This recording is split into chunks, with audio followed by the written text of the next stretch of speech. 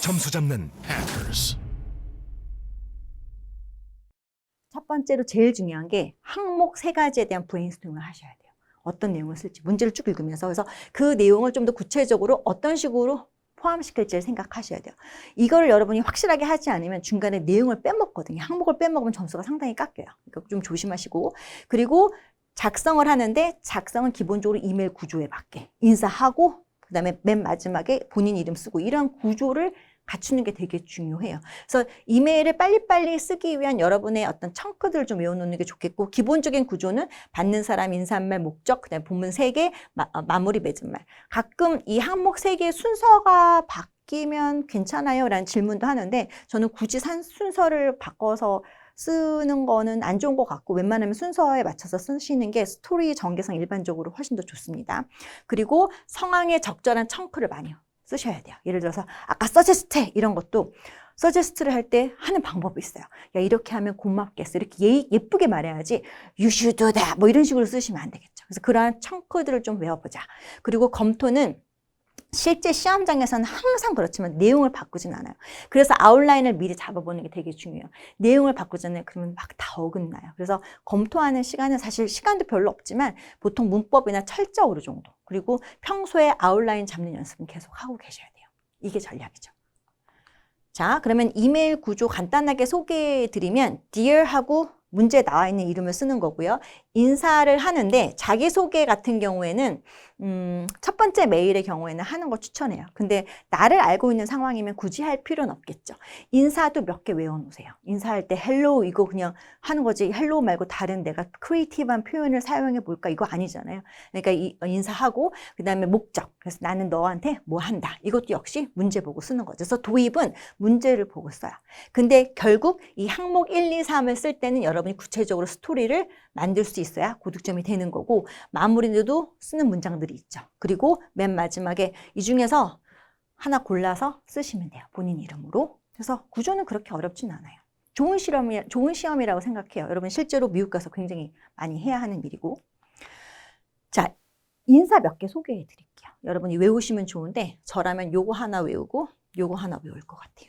그래서 약간 그 뭐 캐주얼 하느냐, 세미 캐주얼 하느냐, 뭐 포멀 하느냐에 따라 다른데 뭐 교수님한테 할 때 사실 How's everything going 뭐 해도 되는데 좀 형식에 갖춰서 쓰고 싶을 때가 있어. 그러면 I hope this email finds you well 이렇게 하시면 되겠고요. 그냥 친구야. 친구인데 이렇게 해도 되긴 하지만 너무 좀 시리어스한 것 같잖아. 그러면 How's everything going 이라고 하면 되겠죠. 그래서 뭐 한 2개?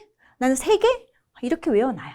인사. 그래서 여러분이 이메일 할 때마다 보시고 그리고 자기소개하는 경우는 나의 소개를 너무 길게 하면 되겠어요? 아니, 안 되겠죠.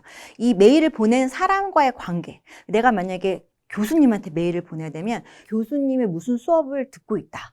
아니면 내가 학교에 메일을 하는 거면 나는 지금 몇 학년 무슨 전공이다. 이렇게. 그래서 학교에 보내는 메일의 경우에는 제일 많이 쓰이는 게 학년, 전공. 전공 얘기할 때 조심할 게 메이저 다음에 인이 있어야 되거든요. 그래서 그 표현 가지고 영작을 하는 표현으로 되게 많이 쓰이죠. 그래서 My name is 누구 and I'm currently 뭐 예를 들어서 1학년, a freshman majoring in environmental science 이런 식으로 설정하시는 걸 추천해요. 그리고 freshman이랑 senior 이런 거는 왜 외워야 되냐면 문제에서 야 지금 OT야. 신입생을 위한 OT야. 뭐 이런 것도 있고 졸업생들을 위한 인턴십, 워크샵이야. 뭐 이런 경우도 있어요. 그러면 여러분이 시니어다, 프레시맨이다 이렇게 영작할 수 있으면 좋겠죠. 그리고 이제 만약에 아파트에 문제가 있어. 뭐 주차장에 문제가 있든지 그러면 여러분이 그 아파트 관리자한테 이메일을 보냈는데 나는 몇 학년 누구예요. 이거 안 중요하죠. 그럼 뭐라고 써야 돼요? 나는 아파트 어디에 살고 있어요 해야죠. 그래서 어디에 살고 있다, 몇 호에 살고 있다 정도는 영작하셔야 돼요. 그래서 뭐 currently live in apartment 번호 적당하게 얘기하는데 중간 200 몇 호나 305, 뭐 305 그래서 여러분이 딱 설정해서 그냥 하시면 돼요. 제가 205나 뭐 305 이렇게 하는 게 좋다라고 추천하는 이유는 뭐 밑에 집 소음, 위에 집 소음 이렇게 주제가 나오면 밑에 집도 있어야 되니까 그래서 적절하게 여러분이 쓰시면 되겠고 그룹 활동도 아까 같은 경우 그렇죠. 그룹 미팅의 멤버 중에 하나야. 이렇게 얘기하시면 되겠죠. 그래서 I'm one of 그룹 활동. 그 그룹도 이름 지으셔도 되긴 하는데 이런 식으로 간단하게 자기소개할 수 있고 이메일 목적은 I'm emailing to 뭐 하기 위해서 I'm writing to 뭐 하기 위해서 그래서 문제를 보고 paraphrasing 약간 해서 들어가면 돼요. 어려운 건 없고요. 자, 그 다음에 항목들 3개 쓰고 마무리할 때 제일 흔하게 쓰는 게 고마워. Thank you for your time and consideration. 읽어줘서 고마운 거잖아요. Thank you very much for your time and assistance. 이런 거. 아니면 I look forward to hearing from you. 보통 요거 쓰고 요거 같이 쓰기도 해요. 그러니까 이거는 사실 look forward to가 기대한다, 듣고 싶다 이런 말이잖아요. 그래서 I look forward to your response. 이렇게 같이 많이 쓰죠. 밑에 것도 쓰셔도 되고요. 그래서 여러분이 마무리 중에 마음에 드는 걸로 한두 개 보셔도 돼요. 맺은 말, 이 중에서 좀 약간 뉘앙스 차이가 있긴 하지만 저는 개인적으로 sincerely랑 best regards를 제일 많이 쓰는 것 같아요. 그래서 여러분이 보시면 되고, 뭐 존경을 담아서 얘기하고 싶으면 respectfully도 되죠. 근데 스펠링 조심하세요. L 2개예요. 그래서 쓰려면 잘 쓰자. 자, 7번 넘어갑니다. 전략 1 먼저 읽는다. I'm excited about visiting my cousin this weekend라고 돼 있어요. 그래서 나는 되게 신나. 뭐가? 내 주말에 사촌을 만나러 가는 게 신나. 그러면 이제 답은 예측되는 답은 야 사촌 어디 살아? 뭐 아니면 뭐 할 건데? 뭐 할 계획이야? 어디 갈 건데? 뭐 이런 식으로 다양한 답이 될 수 있겠죠. 전략 2, 청크를 본다. 그러니까 선택지를 보고 청크를 묶을 수 있는 대로 묶는다. 묶이는 거 보이니까 여기 보니까 be planning to도 보이고요. 그 다음에 tell me, can you tell me 보이고요.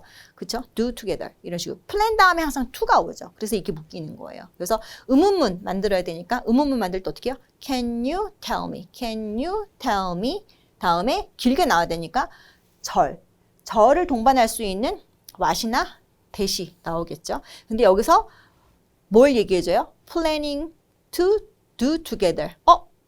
do what? 목적어가 없죠. 목적어가 없으니까 결국은 뭐요? 요게 되는 거예요. 그래서 답이 Can you tell me what you are planning to do together? 그래서 대신 남는데 이런 식으로 남는 단어가 하나가 되거나 없거나 2개일 수 있어요. 근데 대시라고 하는 것은 이 what과 차이가 뭐냐면 what은 뒤에 불완전한 문장이 와요. 들어보셨죠? 불완전한 문장이 온다 라는 게 뭐냐면 이 두에 목적어가 없죠. 그래서 이게 what이 와야 되고요. that 다음에는 완벽한 문장이 와야 돼요. 완전한 문장. 그래서 이 that이 답이 될 수가 없다. 그래서 하나가 버려진 거고 하나 혹은 2개가 남거나 아니면 아예 남는 게 없을 수도 있어요. 근데 중요한 게 뭐라고? 이 빈 공간이 남는 게 있으면 안 돼. 빈 공간은 다 채우셔야 한다. 자, 표현들 좀 정리해 볼게요. 청크. 그래서 can you tell me WH 절 나오는 것들. 그래서 can you tell me where the station is? 역시 마찬가지로 이걸 만약에 여러분이 어순을 배열해야 한다면 이걸 가끔씩 where is the station 이렇게 쓰는 경우 되게 많은데 의문문이긴 하지만 이렇게 간접 의문문이라 해서 중간에 들어가는 거는 평서문 어순이다 라는 거 다시 한번 기억하세요. Can you tell me why she left early? 그 다음에 can you tell me what you are planning to do together? 여기 마찬가지로 목적어가 없기 때문에 what이 맞고요. that은 틀리다. 그 다음에 be planning to, 앞으로 뭐 할 거에 대한 얘기는 to죠. 그래서 decide to, plan to 이런 식으로 쓰이고요. We are planning to visit the museum. visit 쓸 때 조심할 게 to 이런 거 붙이지 않도록 영작할 때 좀 신경 쓰시고요. I'm planning to study abroad. study도 마찬가지로 to. 이 abroad 자체가 부사기 때문에 to 같은 거 쓰지 않습니다. They are planning to start a new business. 이런 식으로 뭐뭐 할 계획일 때는 be planning to. 정말 많이 쓰는 청크예요. 청크는 꼭 암기하셔야 됩니다. do together 함께 하는 건데 do 말고도 study together, work together 아니면은 뭐 solve the problem together 이런 식으로 다양하게 쓰일 수 있다. 확인하시고요. 자, 영작 연습해 볼게요. 그녀가 왜 화가 났는지 말해줄 수 있나요? 아까 뭘 말해줄 수 있나요? 뭐였어요? Can you tell me 왜? Why? 그 다음에 그녀가 화나다. 화나다라는 청이 뭐예요? be upset 이라는 표현이 있죠. 그러면 어떻게 영작이 돼요? Can you tell me why she is upset? 이렇게 되는 거죠. 그래서 why 다음에 주어 동사 배치시켜서 영작하는 것도 해보시고요. 이번 주말, this weekend 무엇을 할 계획인지 말해줄 수 있나요? 말해줄 수 있나요? 뭐예요? Can you tell me 뭘 말해줘요? 이번 주말에 무엇을 할지. 아까 계획이다. be planning to. 그러면 어떻게 영작이 돼요? Can you tell me what you are planning to do this weekend? 라고 하겠죠. 여러분 여기에 in 안 쓰는 거 아시죠? 그래서 this, last, next 이런 단어가 있으면 in 쓰지 않고 전치사를 내보내서 전치사랑 함께 쓰이지 않습니다. 그들은 언제 출발할 예정인지 말해줄 수 있나요? 말해줄 수 있나요? 뭐예요? Can you tell me? 예정이다. Be planning to. 그들이 언제 출발? 출발 뭐예요? 떠날. 그렇죠. 떠날로 할게요. 그래서 Can you tell me when they are planning to leave? 이렇게 하면 되겠죠. 자, 8번 넘어갈게요. 자, 먼저 읽게요. Have you received your tax refund yet? 그래서 텍스 환불 받았습니까? 텍스 환급 받으셨나요? 라고 물어봤죠. 그러면은 예측되는 답은 네, 받았어요. 아직이요. 정말 오래 걸리네요. 아니면 다 받았다는데요. 뭐 등등 다양한 답이 되겠죠. 자, 선택지 전략 2 봅니다. 보니까 묶이는 게 뭐 있나요? 비교급이네. 비교급이면은 longer 보이네요. 그러면 뒤에 뭐 넣어야 돼요? than 나오죠. 그렇죠? 근데 비교급을 수식하는 부사 뭐 있어요? much도 있고 much만 있는 게 아니라 뭐 이런 거 들어보셨죠? even, far. 비교급은 뭐로 안 하고 very로 하지 않아요. 비교급은. 그래서 이러한 부사 수식이니까 much longer than 그 다음에 뭐가 보여요? expected, I expected. 이것도 역시 마찬가지로 많이 쓰이는 chun크죠. 그러면 주어가 될 수 있는 건 뭐예요? 일단 no가 돼 있고 주어가 될 수 있는 요거밖에 없죠. 그러면 일단 chun크로 묶을 수 있는 건 아까 얘기한 대로 longer expected 이렇게 묶어놓고 그 다음에 take라는 단어는 시간하고 쓰이죠. 그래서 주어는 뭐예요? the processing 이라는 단어가 나오고 그 다음에 오래 걸리다 같이 쓰여야겠죠. is taking 그 다음에 시간 much longer than I expected. 그래서 비교급이에요. 그래서 비교급을 좀 정리하면 비교급을 정리하기 전에 시간을 먼저 정리하면 take 다음에 시간이 나오는데 정확한 시간 3 hours 이렇게 나오기도 하지만 뭐뭐 대략이라는 about이라고도 많이 쓰이죠. 영작할 때는 좀 조심할 게 2 hours minutes 이런 식으로 S 들어가는 것도 좀 확인하시면 좋을 것 같고요. 그래서 take라는 동사랑 보통 원래는 걸리는 시간이나 이런 단위들이 많이 쓰는데 longer 이렇게 쓰이기도 하겠죠. 그리고 비교급은 much 같은 걸로 수식을 하고요. 훨씬 더 수식할 때 much라는 단어 제일 많이 쓰인다. 뭐가 아니라 very라고 하지 않고 much, far, even 이런 걸로 쓰인다. 그 다음에 실제로 생각했던 것보다 예측했던 것보다 라고 할 때 than I expected then I expected, then we expected 이런 식으로 많이 쓰이죠. 생각했던 것보다. 그래서 이것도 암기하면 좋은 청크들이다. 영작해 볼게요. 시험은 제가 예상했던 것보다 더 쉬웠어요. 쉽다. 뭐예요? more easier, easier예요. easier죠. 그러면 쉽다, easier than I expected. 요거 연습하는 거예요. 시험이라는 단어는 사실 여러 개가 있죠. 그냥 the test로 할게요. The test was easier than I expected. 요거 연습하는 거예요. 그 식당은 우리가 예상했던 것보다 더 좋았다. 더 좋았다. better. 그 식당, the restaurant. 그 다음에 더 좋았다. better than 뭐보다? 우리가 예상했던 것보다. we expected. The restaurant was better than we expected. 이렇게 되겠죠. 결과는 모두가 예상했던 것보다 더 빨리 나왔다. 더 빨리 나왔다. 결과, 뭐 결과라는 단어는 the results 뭐 이런 걸로 쓸 수 있겠죠. 나오다 came out earlier than everyone expected. 모두가 예상했던 것보다. 이런 식으로. 그래서 주어 expected then 이런 식으로도 많이 쓰인다. 세 번째 태스크는 중요한 게 뭐였나요?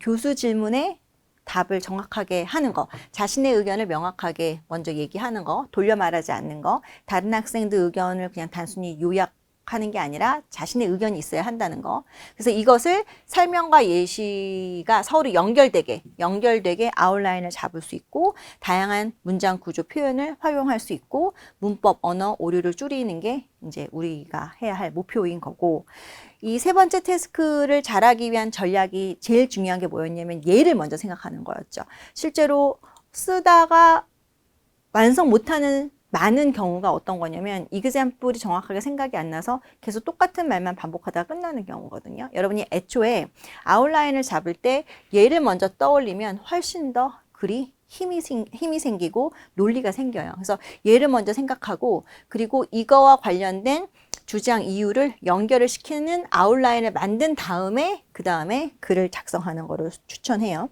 많이 쓰이는 논리, 설득 논리 그리고 그거에 해당하는 청크들이 있어요. 그래서 오늘 그런 것들을 역시 공부를 할 거고요. 다양한 문장 구조를 써야 높은 점수를 받으니까 그냥 표현 하나 그다음에 뭐 주어 동사 마침표가 아니라 여러분이 뭐 관계대명사도 써보고 그다음에 여러 가지 표현들을 써보는 게 무엇보다 중요하다. 그리고 암기하는 청크가 있어야지 사실 여러분이 쓰고 싶은 얘기도 제대로 할 수 있거든요. 그래서 그런 것들이 무엇이 있는지 좀 이 수업을 통해서 좀 정리를 해보시면 좋을 것 같아요. 자, 요 디렉션은 사실 시험장에 가면 교수 사진이 있고 그다음에 학생 2명이 있잖아요. 그 위에 있는 디렉션인데 이 앞에 과목만 바뀌고 나머지 내용은 똑같은 거라서 이제 여러분이 시험장에서는 읽지 않아요. 근데 잠깐만 보면은 교수님이 어떤 수업을 가르치고 있는데 그 수업의 제목은 이제 현대 예술이고요. 그다음에 포스트를 이제 여러분이 글을 작성해야 한다는 건데 여러분 글에는 뭐가 들어가야 되냐면 너의 의견을 얘기해야 돼요. 그리고 그 디스커션에 기여를 해야 된다. 결국 다른 학생 의견 요약을 하거나 교수의 질문을 피해서 다른 얘기를 하지 말라는 거고 미니멈 100단어라고 나오기 때문에 100단어 이상 작성하는 거를 추천을 해요.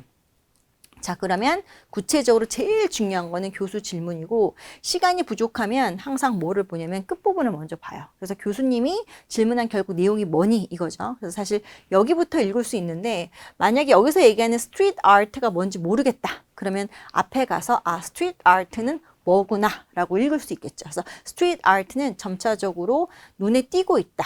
이러한 주요 도시에 라는 거고 그래서 스트리트 아트는 이러한 요새 되게 많이 눈에 띄는 그런 거구나 정도 이해하시면 되겠고 뭐 예를 들어서 여러분이 에세이에다가 본 적이 없어요 이러면 안 되고 그냥 이거는 받아들이고 여기 질문이 some 그리고 others가 나오죠. 그래서 이 양쪽 중에서 너는 어떤 입장이니 이렇게 물어보는 걸 거예요. 그래서 스트리트 아트가 결국은 너는 유효한 예술의 표현에 가치 있는 유효한 형태인 것 같니? 그것도 뭐 강력한 소셜 메시지를 전하는 그러한 예술의 형태인 것 같니? 아니면 다른 사람들은 이렇게 허가받지 않은 거리 아트가 결국은 어떻다? 그냥 이거는 공공물 파괴다. 이 private, public property 재산을 파괴하는 그래서 양쪽 의견 중에 뭐니? 그래서 스트리트 아트가 실제로 유효한 예술의 형태이니 아니면 그냥 단순한 어떤 그 파괴이니 라고 물어보는 거죠. 그래서 여러분이 여기서 읽은 다음에 이렇게 저처럼 연습지에다 간단하게 선택해야 되는 이것들을 좀 적어놔요.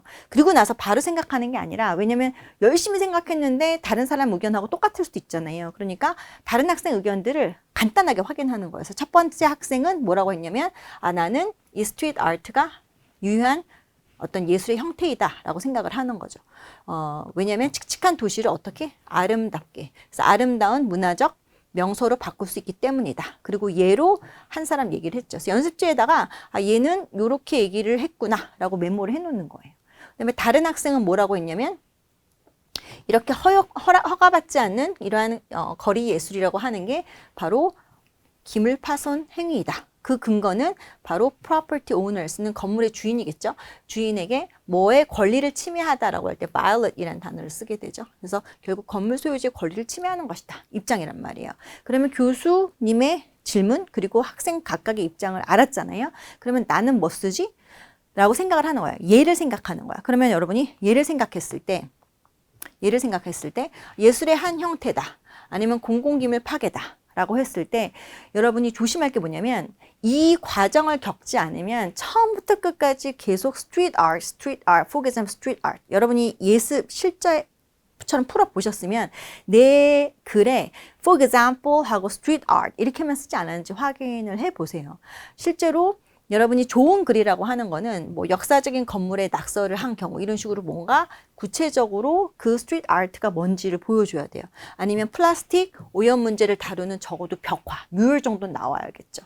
그래서 우리 교재는 요 example 가지고 써 있어요. 요거 가지고 써도 되고 아니면 인종차별 반대. 주의를 하는 벽화. 실제로 저는 요 샘플도 보여드릴 거예요. 중요한 건 구체적으로 뮤럴 정도, 벽화 정도는 나와야 한다. 라는 거죠. 스트리트 아트만 계속 반복하면 고득점이 힘들다. 그래서 뭐 이러한 아니면 지역의 역사는 영혼을 기념하는 벽화가 될 수도 있고 기후변화, 친환경 에너지를 주제로 한 벽화 이런 식으로 아까 스트리트 아트가 뭐였어요? 사회적으로 어떤 중요한 문제들을 전하는 거라 했잖아요. 그러니까 적어도 이 어떤 문제를 전한다라고 설정은 하셔야 된다라는 거죠. 그래서 요 가능한 예들을 생각을 해서 나 요거 가지고 써야겠다. 예시를 먼저 생각하는 게 첫 번째 전략이죠. 두 번째 전략 뭐예요? 이걸 이용해서 아웃라인을 만드는 거잖아. 그러면 미국 글은 두 갈씩이니까 이거 가지고 그러면 example에 내가 이걸 쓸 거야. 해양 플라스틱 오염 문제를 다루는 벽화를 쓸 거야. 그러면 이게 내가 생각할 때는 되게 좋은 예술의 형태다라고 생각을 한다면 그게 왜 그러느냐? 왜냐하면 그 거리에다가 이렇게 예술적 행위를 하는 낙서 같은 거는 이런 그림 같은 거는 결국은 일상적인 거리에도 계속 보이잖아요. 그렇죠? 계속 보이니까 결국 일상의 일부가 돼서 그냥 거리를 지나는 모든 사람들, 그냥 원래 애초에 관심도 없었지만 이 플라스틱 오염에 관심도 없었지만 그 거리를 지나는 사람들이 어떻게 돼요? 그거에 대해서 생각하게 되죠. 그러니까 결론이 뭐야? 이거는 훨씬 더 넓은 대중에게 사회 메시지를 전해라는 거죠. 이게 두 가지씩이에요. 그래서 결론을 먼저 쓰는 거죠. 제가 A, C, A, B, B, C 이렇게 해놓은 거는 뭐냐면 이 A라고 하는 거는 뭐냐면 여러분 글에 반드시 뭐가 들어가야 한다고? 교수님 질문에 대한 답이 들어가야 돼. 교수님 질문에 대한 답이 뭐야? 아까 두 개 중에서 선택하라고 했잖아요. 첫 번째, 그래서 뭐라고 선택했냐면 거리 예술은 가치 있는 예술이다 라고 선택을 했어. 그래서 교수 질문에 대해서 답을 하고 그 다음에 그 답을 하는 내 의견을 C라고 하면 내 의견은 뭐냐면 그냥 이게 예술이다만 주장할 수 없죠. 그 근거가 뭐냐면 바로 이게 더 넓은 대중에게 중요한 사회적 메시지를 전달하기 때문이다 라고 얘기한 거고, 그러면 왜 더 대중에게 전달하는데 좁히면서 설명해야겠죠. 그 이유가 뭐냐면 일상적으로 계속 보이니까 아무래도 거기를 지나는 많은 사람들이 거기에 대해서 생각하지 않겠냐 하고 예를 전개하는 거야. 이게 두 가지씩이란 말이에요. 그래서 이거를 제처럼 이렇게 막 문장으로 쓸 필요는 없지만 적어도 A, C, A, B, B, C에 뭐가 들어갈지 정도는 생각을 하고 그 다음에 글을 써야 여러분 전체적으로 글이 논리가 맞아요. 토익은 해커스, 영어도 해커스, 고득점 메이커스, 만점을 받아버렸어. 토익은 해커스, 영어도 해커스.